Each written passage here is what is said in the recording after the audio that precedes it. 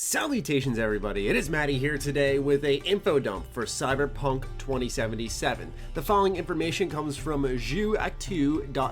I believe that's how it's pronounced, but we're not going to try that again just to be safe. I mean, here I am just chilling, innocent little Maddie doing his thing, and then all of a sudden, BAM! We have CD Projekt Red coming in, and they are the bearer of good news this time, and they just hit me with a truckload of information. There was an interview done with one of the animators over at CD Projekt Red, and now we're going to dive into all the little snippets that came out of said interview. I'll have the full interview linked in the description down below because I'm not covering every single aspect of it, since some of it is recycled information. So let's get into the new stuff right now.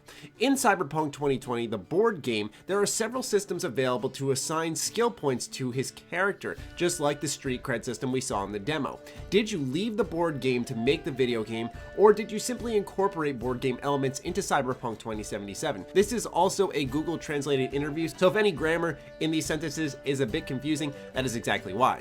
Anyway, the answer is already in your question. What you must have in mind is that Cyberpunk 2077 is a subjective RPG. This means that we used the Cyberpunk 2020 board game as a starting point, and in the latter, the city of Night City, see what I mean, is a very dark place where there is a great deal of social inequality with different classes among the inhabitants. We have taken a lot of the board game themes, but also some characters, knowing the story of Cyberpunk 2077 is in another timeline than that of the board game. To be completely honest with you, we were afraid to put too much of us in this game, that our personal touch takes over the original board game. For example, during the creation of the character, you will have a lot of elements to choose, to customize. It's about the look, the physical skills, the hand you're going to hold your weapon in, the classic stuff you'll find in RPGs, and the augmentations and backstories of your avatar. So we took elements of the board game, extrapolating them for Cyberpunk 2077, and I believe that's how you do it, in my personal opinion. Not completely walking over the source material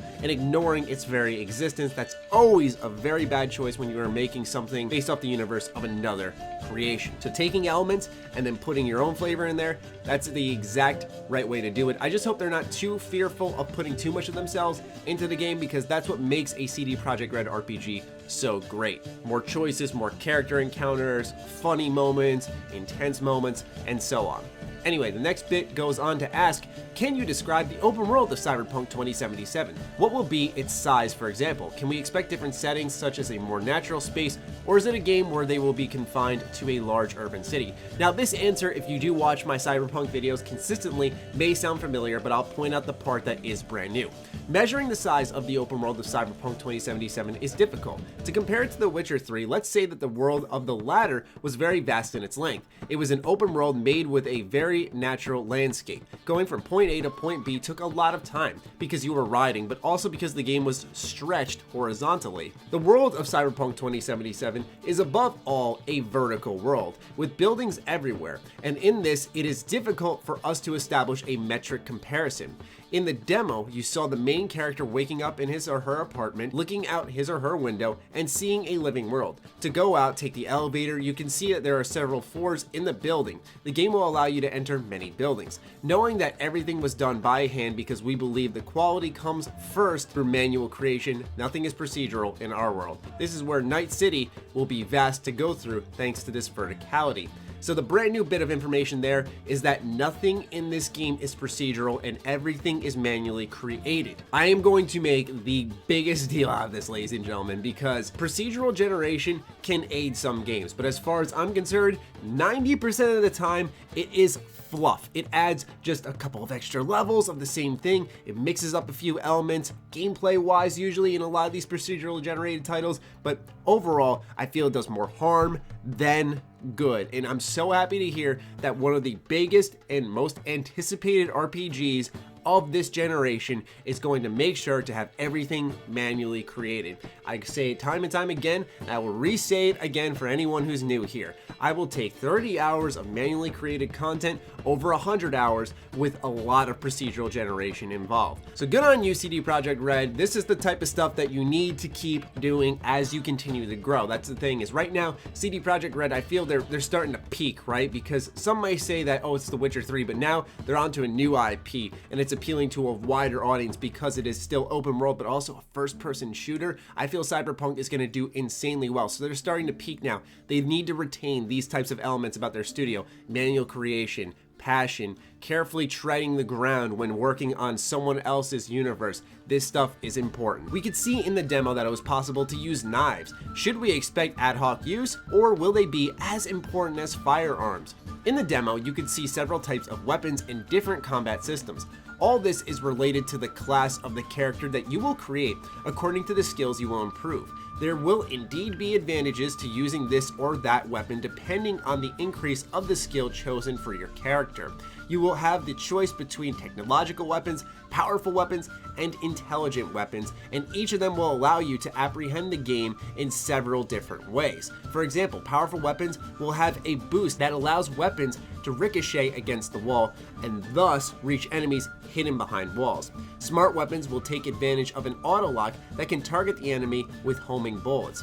As for melee weapons, you could see the Mantis Blades in the demo. These are incredible weapons which are attached to the body of the character and allow him to climb on the walls, but also to kill enemies in hand-to-hand. There's also another weapon that we did not show in the demo, and it is interesting: the katana. Oh my god! This, to me, was the biggest, most interesting piece of information. We really got some details on the weapons. In fact, we've actually seen the powerful weapons and the intelligent weapons before. We saw ricochet bullets at one point in the demo, and we also saw homing bullets being put into use. Now, I do remember when I saw this demo during E3, before it was released to the public, they did say the smart weapon was actually something you get later on in the game, but they had it there for the demo's purpose and also to show off bits of the game. I don't believe we saw anything when it came to technological weapons. However, melee, and knowing that that may be a whole other field to be explored in Cyberpunk, has me pretty stoked. The difference though is that there is a lot of animation work to be done if we're going to handle first-person animations for melee weapons and also first-person animations for gunplay. It's a very big undertaking for any studio, which is why I believe we normally see a limit on melee weapons. Most of the focus goes towards the gunplay and getting that down, because I feel most folks are a bit more forgiving on some shoddy animations, clunky swordplay if the gunplay is smooth versus smooth swordplay, but yet the gunplay is very janky, we'll say. But if you're gonna be putting a katana in my hands in Cyberpunk, I'm going all over the place with that weapon. Speaking of these Mantis Blades, can we use them when we want, or are they accessible only at specific moments of the adventure? We thought the game, and especially the combat system, systemically, which means that the player can use his weapons according to the situation presented to him. I can't say much more on this subject, unfortunately, because it is too early to talk about it, but know you will have several different ways to fight in this game.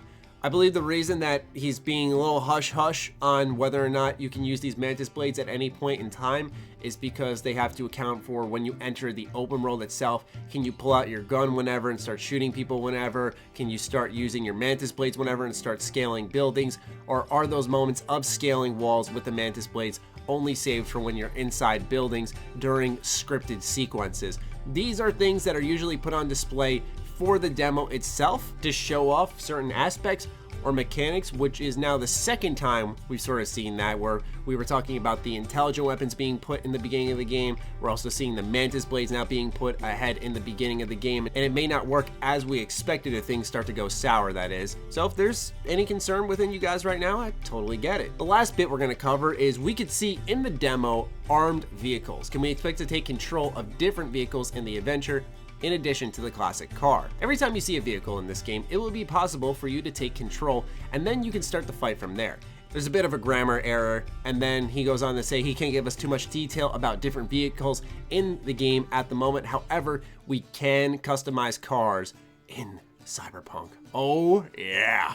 I've never been much of a car junkie. The only car game I really enjoyed was Cruisin' USA on the N64, and I also really liked Forza Horizon 3 when I played it for a review, but outside of that, I'm looking forward to some car customization. I'd love to hear your thoughts on all of this information we got from this interview of Cyberpunk in the comments down below. Do fire away, ladies and gentlemen. I will have it linked down below. Once again, if you'd like to read over the entire thing yourself, just remember it's going to be translated, so some parts will be a little funky, as you may have picked up on during this video. Outside of that, please follow me on Twitter, like me on Facebook. Those links are in the description down below, along with my Patreon. Do consider supporting that, as it fuels all the content I create here. Stay sexy, stay active. I love you all. Peace.